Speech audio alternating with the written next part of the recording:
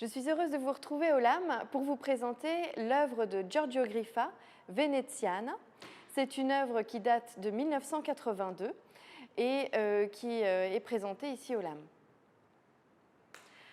Giorgio Griffa est un artiste italien qui est né à Turin en 1936 et à partir de 1967-68, il abandonne la figuration pour se concentrer uniquement sur l'abstraction.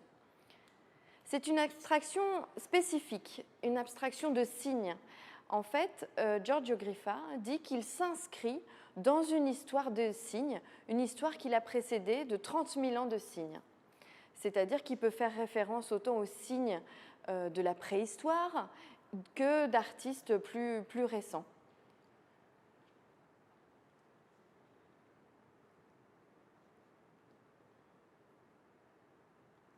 En 1967-68, il abandonne la figuration pour se concentrer sur l'abstraction. Il se dit héritier de 30 000 ans d'histoire. Donc c'est une façon très humble de s'inscrire dans l'art, c'est de dire finalement que depuis la préhistoire, les hommes utilisent des signes qui sont parfois écriture, parfois dessin. Et donc Giorgio Griffa se contente d'une certaine façon d'utiliser ces signes. Donc il y a une simplicité dans les choses qui sont représentées, et il y a une simplicité aussi dans la mise en œuvre. Pourquoi je dis ça? C'est parce qu'il va choisir très précisément les matériaux qu'il utilise. Il utilise des toiles. Alors ici, c'est une toile de lin, mais ça peut être aussi une toile de coton, de la tarlatane. En tout cas, il prête beaucoup d'attention à la toile qu'il choisit. Il va la placer au sol et il va peindre dessus à l'acrylique. Et cette peinture, ce qui l'intéresse, c'est qu'elle imprègne le matériau. Donc, ce qui l'intéresse aussi dans le matériau, c'est que la toile soit plus ou moins épaisse et qu'elle imprègne plus ou moins le matériau. Et donc, il dit finalement qu'il laisse faire les matériaux. Lorsque Giorgio Griffa décompose les matériaux de la peinture, il n'est pas seul à le faire. Il est dans un contexte à Turin où les artistes de l'arte povera utilisent de nouveaux matériaux, des matériaux plus naturels, justement pauvres. Et puis en France, les artistes de support surface aussi décomposent le tableau, Deleuze avec le châssis par exemple, et d'autres.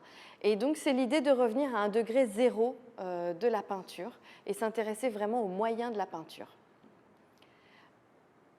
Les moyens de la peinture sont donc simples et la mise en œuvre aussi est simple. Et enfin, quand on l'accroche, c'est aussi simple. Vous l'aurez remarqué derrière moi, elle est simplement épinglée en partie haute, cette toile. Elle est donc libre. Et il y a justement ce jeu entre la toile qui est mouvante finalement et le mur. Donc c'est très intéressant de la voir sur place finalement parce qu'il y a cet effet particulier qu'on peut observer. Et puis vous aurez remarqué aussi cette grille parce que la toile, elle a été pliée dans l'atelier. Toutes ces œuvres sont pliées de cette manière-là. Et quand elles arrivent ici dans un musée ou pour être exposées, ces plis restent ici d'une certaine façon. Et comme toutes ces œuvres sont pliées de la même manière, c'est comme si cette œuvre-là faisait partie d'un grand tout.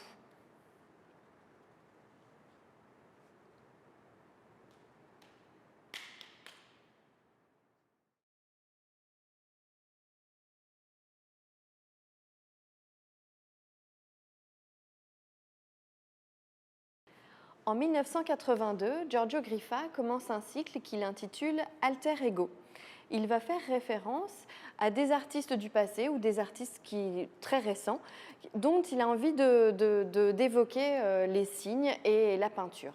Ici, cette œuvre s'intitule Veneziana, donc c'est plutôt le contexte vénitien du XVIe siècle qui l'intéresse. Alors si nous ne l'avons pas dit directement, jamais on n'aurait pu deviner que cette œuvre en fait référence à une œuvre particulière de Tintoret, une œuvre de Tintoret qui s'intitule Saint Marc sauvant un Sarrasin des eaux.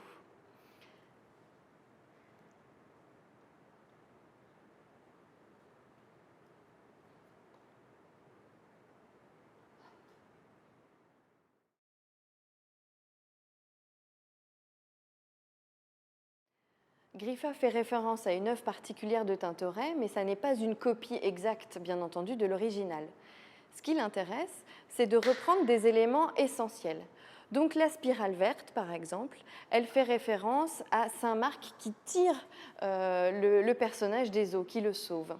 De même, les lignes roses, orangées, très droites, elles peuvent faire référence aux rames qu'on trouve dans le tableau.